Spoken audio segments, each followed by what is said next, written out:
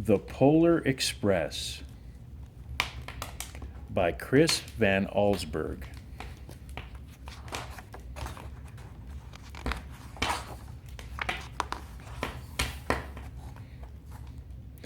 On Christmas Eve, many years ago, I lay quietly in my bed. I did not rustle the sheets. I breathed slowly and silently. I was listening for a sound.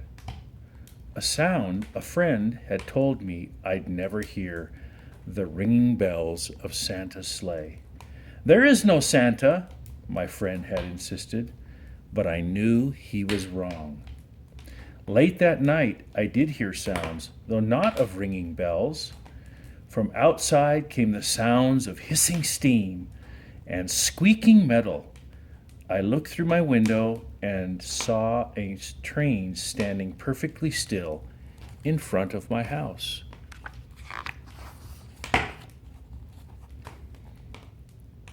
It was wrapped in an apron of steam.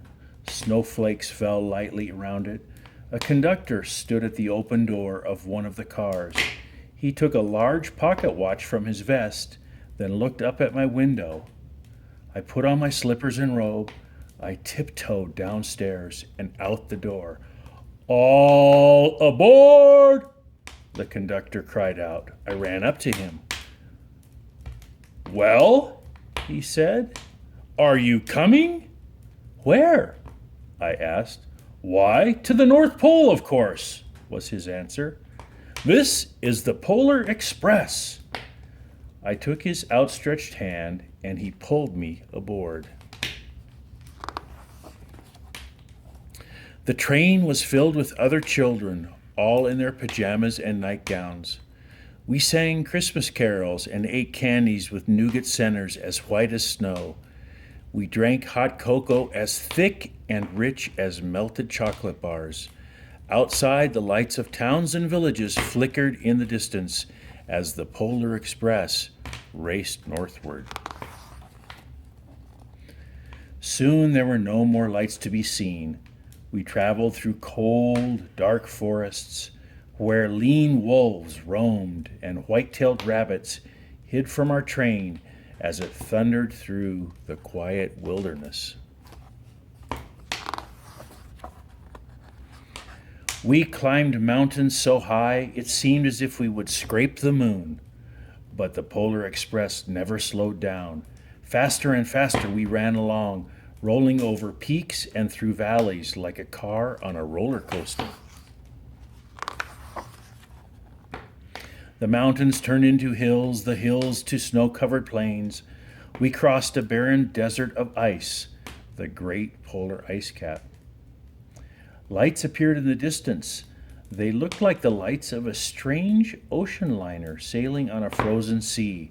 "There," the conductor, "is the North Pole."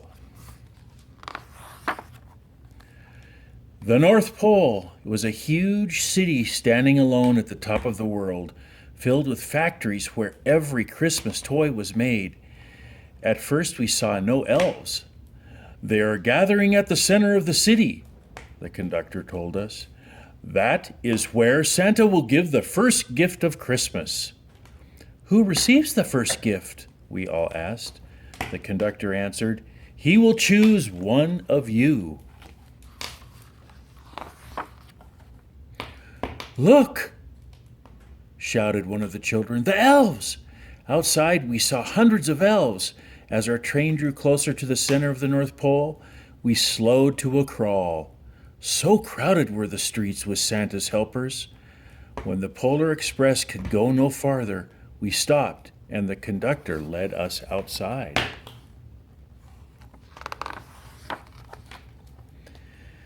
We pressed through the crowd to the edge of a large open circle. In front of us stood Santa's sleigh. The reindeer were excited. They pranced and paced, ringing the silver sleigh bells that hung from their harness. It was a magical sound, like nothing I'd ever heard. Across the circle, the elves moved apart, and Santa Claus appeared. The elves cheered wildly. He marched over to us and pointed to me and said, "Let's have this little fellow here." He jumped into his sleigh. The conductor handed me up. I sat on Santa's knee and he asked, "Now, what would you like for Christmas?" I knew that I could have any gift I could imagine, but the thing I wanted most for Christmas was not inside Santa's giant bag. What I wanted more than anything was one silver bell from Santa's sleigh. When I asked, Santa smiled. Then he gave me a hug and told an elf to cut a bell from the reindeer's harness. The elf tossed it up to Santa. He stood, holding the bell high above him, and called out, "The first gift of Christmas!" A clock struck midnight as the elves roared their approval. Santa handed the bell to me and put it in my bathrobe pocket. The conductor helped me down from the sleigh. Santa shouted out the reindeers' names and cracked his whip. His team charged forward and climbed into the air. Santa circled once above us, then disappeared in the cold, dark polar sky.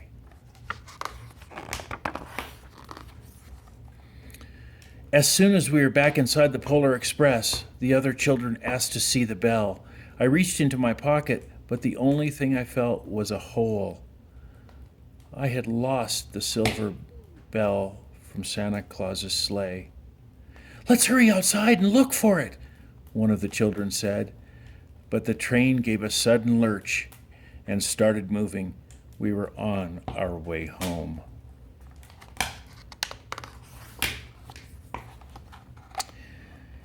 It broke my heart to lose the bell. When the train reached my house, I sadly left the other children. I stood at my doorway and waved goodbye. The conductor said something from the moving train, but I couldn't hear him. "What?" I yelled out. He cupped his hands around his mouth. "Merry Christmas!" he shouted. The Polar Express let out a loud blast from its whistle. "Woo-hoo!" and sped away.